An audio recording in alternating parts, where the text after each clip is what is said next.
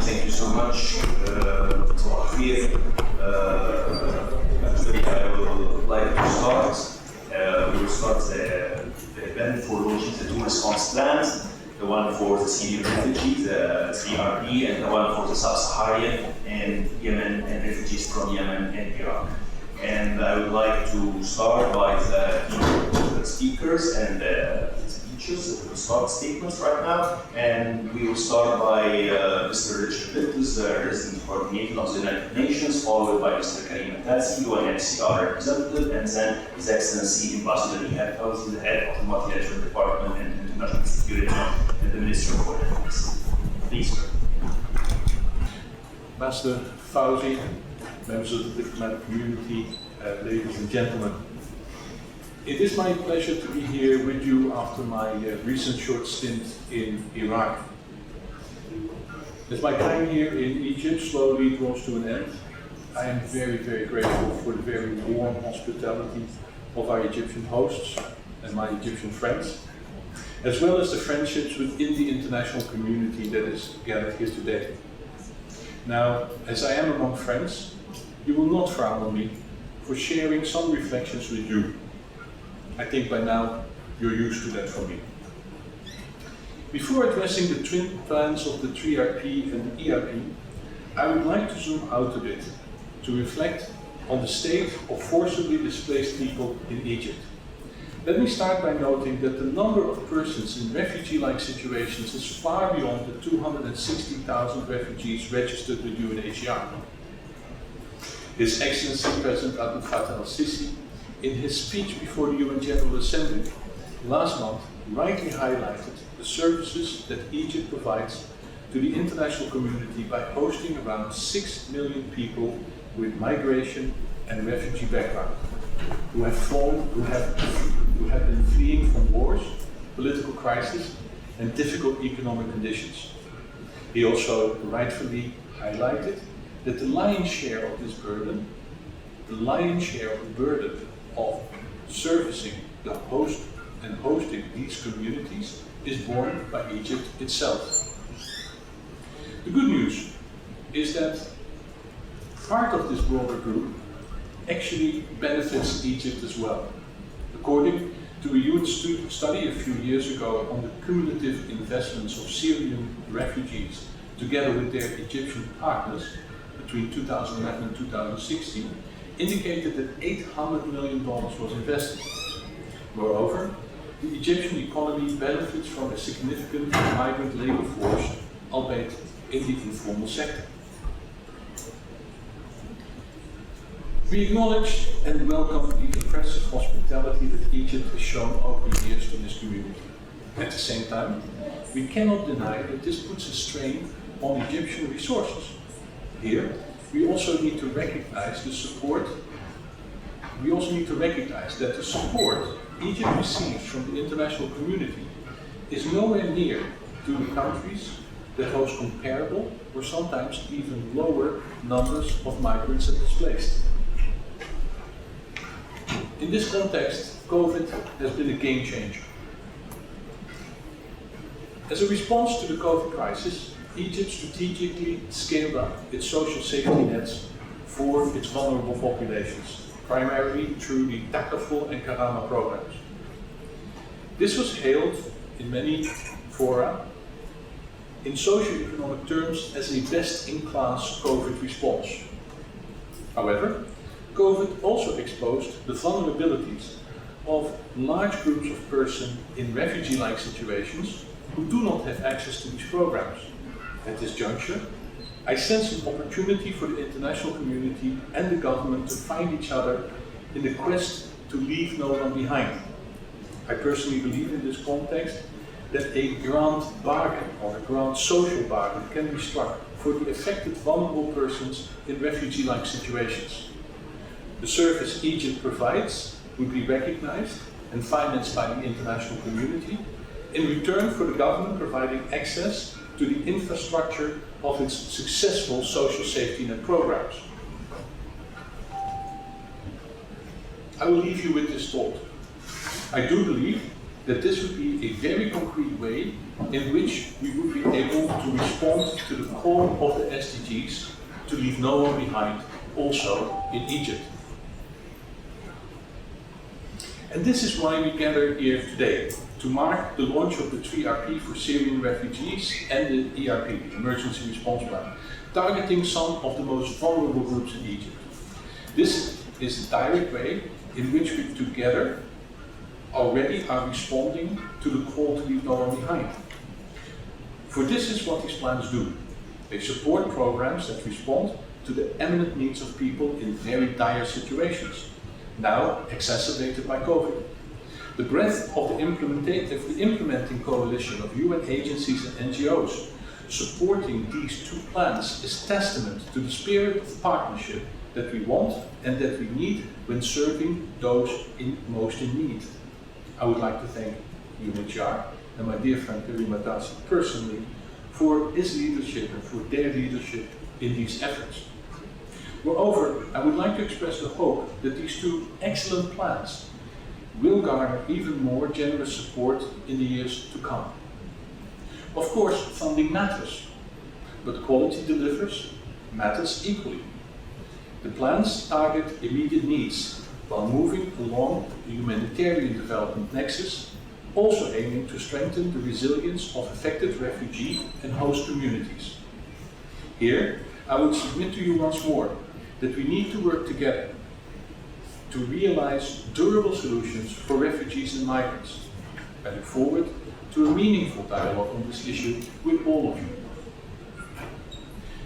To conclude, I would like to once more thank, of course, the government of Egypt for continuing to generously host the Syrian refugees of other nationalities, and refugee-like persons. I would like to thank the Ministry of Foreign Affairs for its strong leadership, and would like to thank all development partners for their commitments to a continued partnership on the 3RP and the Egypt Response Plan. Thank you very much.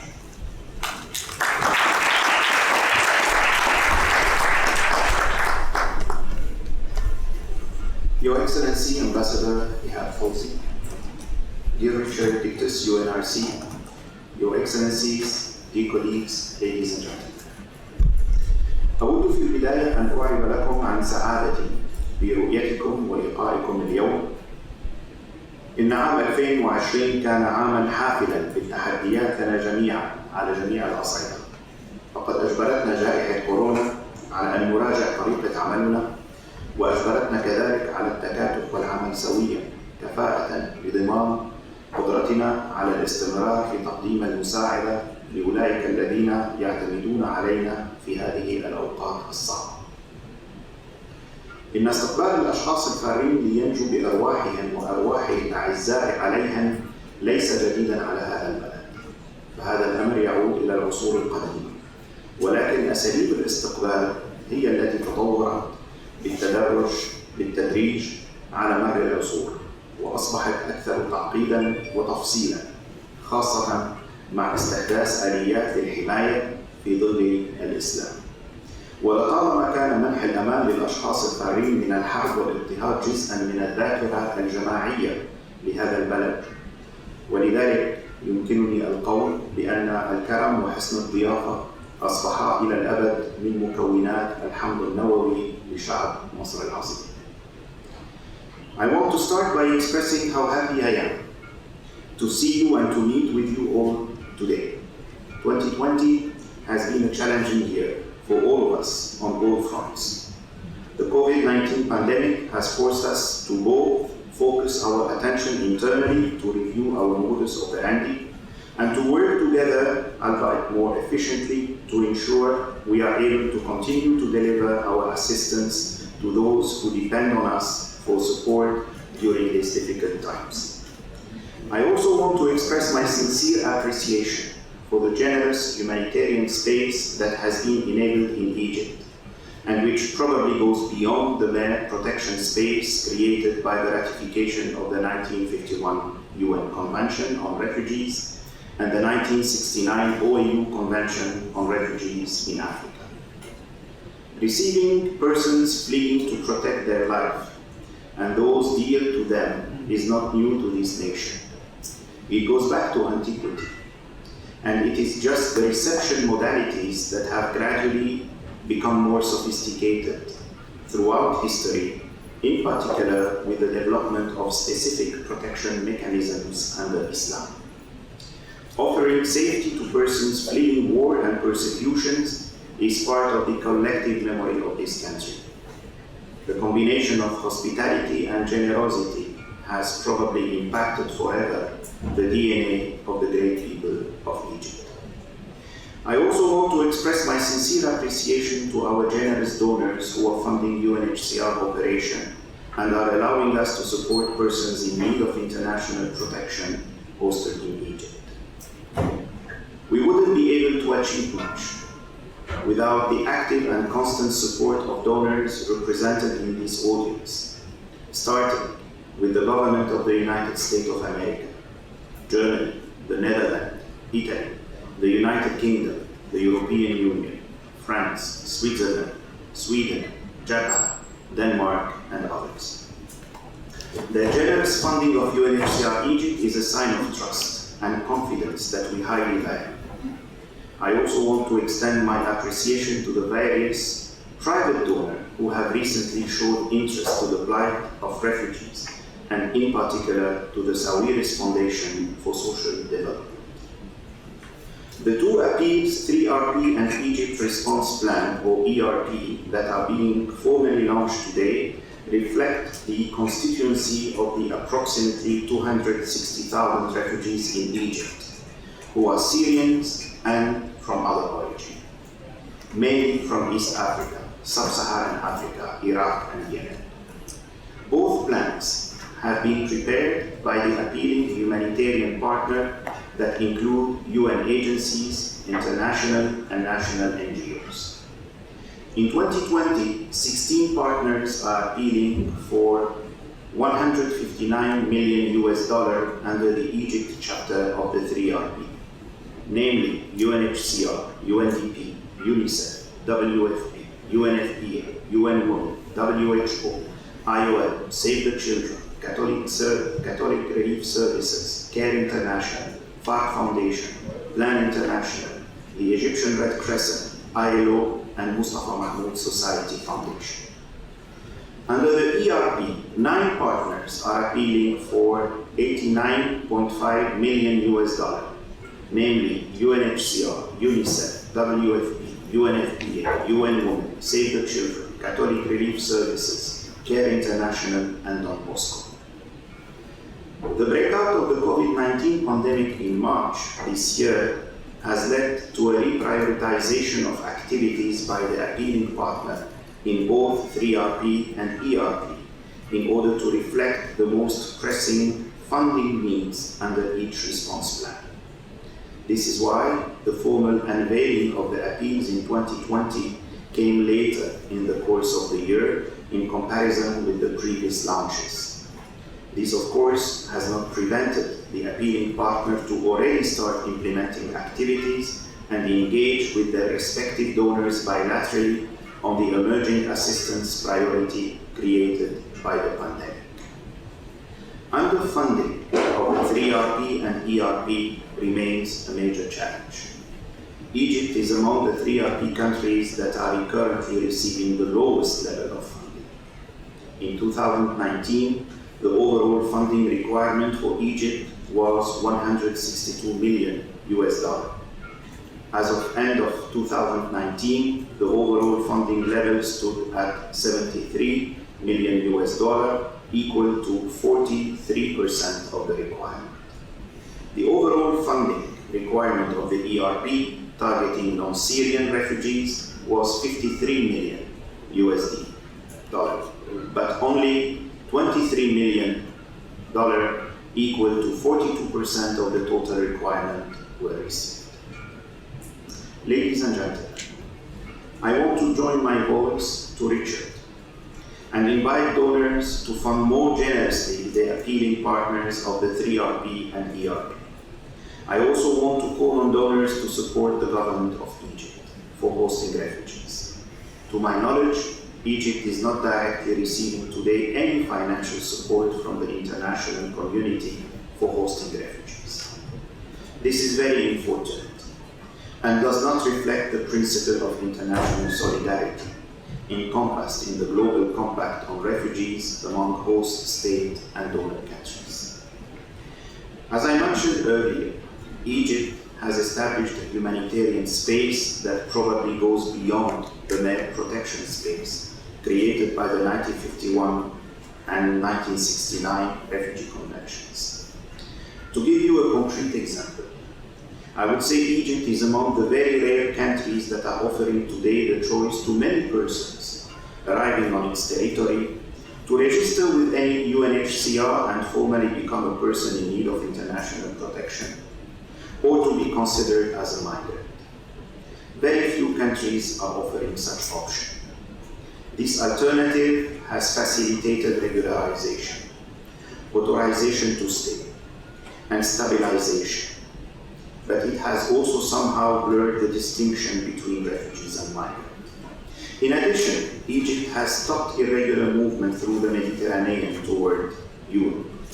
Moreover, managing asylum in a large country is nowadays a complex enterprise that goes beyond the spontaneous instinct of generosity and compassion. So Egypt has decided to codify hospitality and has engaged since last year in the drafting of an asylum law. This also needs to be praised and complemented by concrete support from the international community. From its side, UNHCR will spare no efforts to support the authority and to share its expertise if requested in the drafting of the law. Last but not least, I want to praise the resilience of asylum seekers and refugees during this challenging and unprecedented period. They were generously given the same access to the various health care facilities treating nationals suspected of carrying the COVID-19 virus. This is again to be added to the record of the host countries. Refugees are suffering and continue to feel the negative social impact of the pandemic, like the most vulnerable person among the host community. Partner NGOs, UN agencies, and UNHCR frontline staff have seen many among the most vulnerable falling into destitution. And the examples of people evicted from their houses because they couldn't pay their rent, and an increase in domestic violence, particularly targeting women, are unfortunately too many. Nonetheless, to cope, refugees and asylum seekers have developed innovative mechanisms of solidarity and support among their community. Their resilience and sense of solidarity is a source of inspiration. وأخيرا وليس آخرا، أود أن أشيد بصمود ملتمسي اللجوء واللاجئين خلال هذه الفترة العصيبة وغير المسبوقة. ومصر من جانبها منحتهم مشكورا إمكانية الوصول إلى مرافق الرعاية الصحية المختلفة التي تعالج الحاملين لفيروس كورونا أو المشتبه في حملهم للفيروس على قدم المساواة مع المواطنين. وهذه لفتة أخرى تضاف إلى السجل المشرف لمصر كبلد مضيف. ولا يزال اللاجئون في معاناة ويشعرون بالآثار الاجتماعية السلبية للجائحة، شأنهم كشأن الأشخاص الأكثر ضعفاً في المجتمع المضيف. ويشهد شركاؤنا من المنظمات غير الحكومية ووكالات الأمم المتحدة وموظفي الخطوط الأمانية بالمفوضية على سقوط العديد من الأشخاص الأكثر ضعفاً في الفقر المدقع. وللأسف ما أكثر الأمثلة على الأشخاص الذين أخرجوا من ديارهم لعدم تمكنهم من دفع الإيجار، كما زاد أيضاً العنف المنزلي الذي تكون ضحيته النساء بشكل خاص. ورغم ذلك تأقلم اللاجئون وملتمسو اللجوء مع الوضع من خلال تطوير آليات مبتكرة للتضامن والتآزر في مجتمعاتهم. ولنا في صمودهم وتضامنهم مصدر إلهام ينير الطريق لنا جميعا. Finally, I want to express UNHCR's appreciation for the authorization we have received yesterday from the Ministry of Education for refugees and asylum-seeker children whose ID card and residence permit have expired to register in Egypt school for the next academic year. وفي النهاية أود أن أعرب عن شكر المفوضين على الموافقة التي تلقيناها أمس من قبل وزارة التربية والتعليم لتسجيل أطفال اللاجئين وملتمسي اللجوء المنتهية بطاقاتهم وتصاريح إقاماتهم في المدارس المصرية مع بداية العام الدراسي الجديد. شكرا لإصغائكم. Thank you for your attention.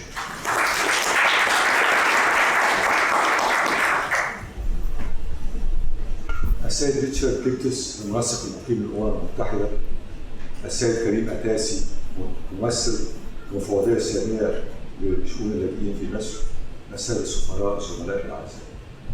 بداية أود أن أعرب عن شكري وتقديري لحضوركم الكريم اليوم لإطلاق خطة الاستجابة الإقليمية لدعم اللاجئين وتمكين المجتمعات المستضيفة لهم استجابة للأزمة في سوريا، وخطة استجابة لمصر للاجئين وملتمسي اللجوء من أفريقيا جنوب الصحراء والعراق واليمن لعام 2020-2021. يأتي إطلاق النداءين هذا العام في ظل استمرار الأزمات السياسية المعقدة والممتدة بالمنطقة واستمرار معاناة المدنيين من آثارها ولجوئهم للنزوح القسري أملا في بدء حياة جديدة مستقلة. ومع الأسف إن تفاقم أزمة فيروس الكورونا قد ضاعفت الضغوط التي يواجهها هؤلاء وفاقمت من معاناتهم، كما أثارت سلبا على الظروف الاقتصادية والاجتماعية للمجتمع الموجود. لذلك فإن مشاركتكم اليوم بالحضور والإسهام في تمويل اللاجئين في مصر تمثل رسالة هامة تتصف بروح العهد الدولي اللاجئين وتأكيد على مبدأ المشاركة في المسؤولية وتحمل أعباء استضافة اللاجئين. Excellencies, dear colleagues, first of all, I would like to thank you all for being here today to attend the launching of the Regional Refugees and Resilience Plan in response to the Syrian crisis and the Egypt response plan for refugees and asylum-seekers from Sub-Saharan Africa, Iraq and Yemen for the years 2020-2021. Let me also thank UNHCR and its representative, Mr. Karim Atassi, for the tireless effort and dedication that we highly value. I also wish to thank the UN Resident Coordinator for the continuous engagement with the UN, all UN agencies in Egypt, to ensure a coordinated response. This year, the launching of the appeal comes at an unprecedented, difficult and uncertain times for all of us. Yet this difficulty increases the pressure and the challenges refugees and host communities face, and renders our contributions even more crucial than ever. The Egyptian government reiterates its commitment to the protection of all asylum seekers and refugees hosted in Egypt. As you all know, there are no constraints on movement of refugees. They have access to primary health care, pre-university education for almost all Arabic-speaking refugees and asylum seekers, as well as basic services as Egyptian citizens. The financial requirements that the UNHCR presented for this year and the next one under the 3RP are almost equal to that of last year, nearly $160 million. While the requested budget for Egypt response plan increased around 47% to reach $89.5 million compared to $53.6 million for the past year. This increase is a response to the fact that the Syrians in Egypt represent only 50% of those present refugees and asylum seekers. In fact, 70% of those who were registered this year came from Sub-Saharan Africa, Iraq, and Yemen. I believe that the funds required this year or those of the previous one are quite modest if we look at the increasing numbers in Egypt, the services provided by the government, and the real prospect of return to the countries of origin or resettlement in third countries. Unfortunately, only around 40% of the requirements of last year were found. In addition to the registered refugees in Egypt, which unites around 260,000 persons, Egypt hosts millions of migrants from neighboring countries who fled armed conflicts to find a safe refuge in Egypt. Despite the fact that they are not registered, international protection applies to them had they requested. Dear colleagues, a year ago the UN hosted the first global forum on refugees that delivered key messages: ease pressure on host countries, enhance refugees' self-reliance, finding lasting solutions for those uprooted from their homes by wars and persecution. So I do hope that the pledges of support to Egypt will reflect those objectives. One refugee prisoner should be upheld, and decisions of resource allocation to refugees ought to be guided by humanitarian criteria, not foreign policy objectives. There is also a need to increase the resettlement corridor from Egypt to other countries, particularly that this process was badly disrupted by the COVID-19. It is also important to support the efforts of voluntary repatriation for those who wish to return to their countries of origin.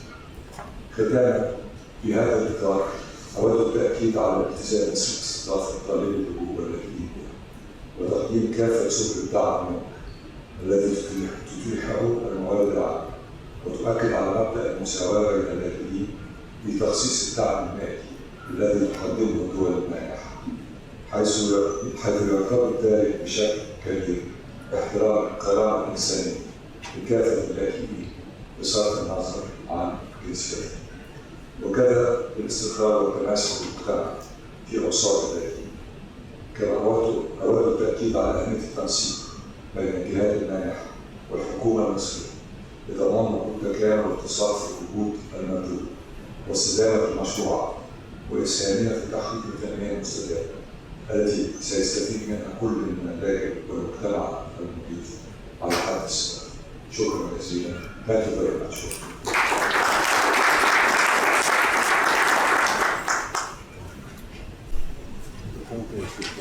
Excellencies, ladies and gentlemen, in concluding this event, I would like to express or to thank you all for being here for the launch of the two action plans, the 3RP and the ERP.